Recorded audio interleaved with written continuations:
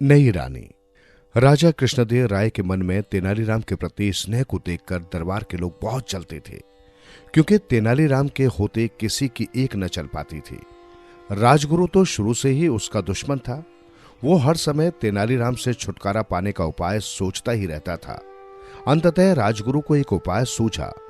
उसने महारानी के मूर्ख भाई को पकड़कर भड़काया कि वो इतना बुद्धिमान है कि तेनालीराम उसके आगे कुछ भी नहीं, और जिस पद पर तेनालीराम है उस पर केवल उसका ही अधिकार है।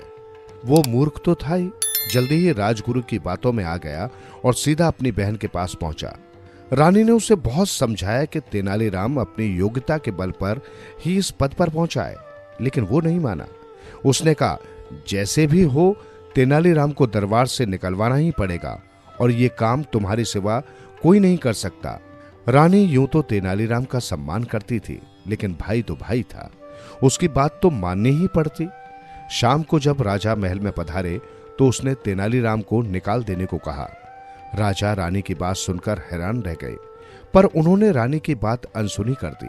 रानी ने जब देखा कि राजा से ये बात मनवा लेना आसान काम नहीं है, तो उसने दूसरे उपाय से काम लिया। वो राजा से रुष्ट हो गई। आखिर राजा ने पूछा, प्रिय, तुम इतनी गुमसुम क्यों हो? क्या कोई बात हो गई है जिससे तुम्हारा दिल दुख मान रहा है? आंखों में आंसू लाकर रानी ने कहा, आप तो मेरे लिए इतना भी नहीं कर सकते कि तेनालीराम को निकालकर उसके पद पर मेरे योग्य भाई को रख लें। राजा भली भांति जानते थे कि रानी का भाई कितना बड़ा मूर्ख है, लेकिन वो रानी से स्पष्ट इनकार भी नहीं कर सकते थे। थोड़ी देर सोचने के बाद वो बोले, इस प्रकार यदि तेनालीराम को निकाल दिया गया तो देश में बड़ा असंतोष फैल जाएगा। उसे निकालने के लिए पहले ये साबित करना होगा कि वो अपराधी है। रानी ने उपाय बताया, आप मुझसे रुष्ट होने का नाटक कर यहां से चले जाइए और तेनालीराम से कहिए कि रानी को हमारे पास लेकर आओ। अगर ऐसा न कर सके तो अपने पद से हटा दिए जाओगे। मैं चलूंगी नहीं और आपको तेनालीराम को पद मुक्त करने का बहाना मिल जाएगा। राजा ने रानी की बात मान ली। दूसरे दिन राजा के रुष्ट होने की खबर चारों ओर फैल गई। तेनालीराम जब राजा से मिलने गया तो राजा ने वही बात उससे कही जो रानी ने कही थी। तेनालीराम का माथा ठनका। उसे लगा कि अवश्य कोई गड़बड़ है। उसने अपने एक आदमी को कुछ समझाया और फिर रानी से मिलने महल पहुंच गया। वहां वो रानी से अभी कुशल समाचार पूछ ही रहा था कि उसका सिखाया हुआ व्यक्ति वहां आया और बोला, तेनालीराम जी, आप बेकार ही ये झगड़ा निपटाने का प्रयत्न कर रहे हैं। राजा अपनी बात पर अड़े हैं। उन्होंने निश्चय कर लिया है कि वो नई रानी लाकर ही रहेंगे। रानी ने सुना तो वो सचमुच डर गई। उसे लगा कहीं राजा वास्तव में ही तो उससे रुष्ट नहीं हो गए।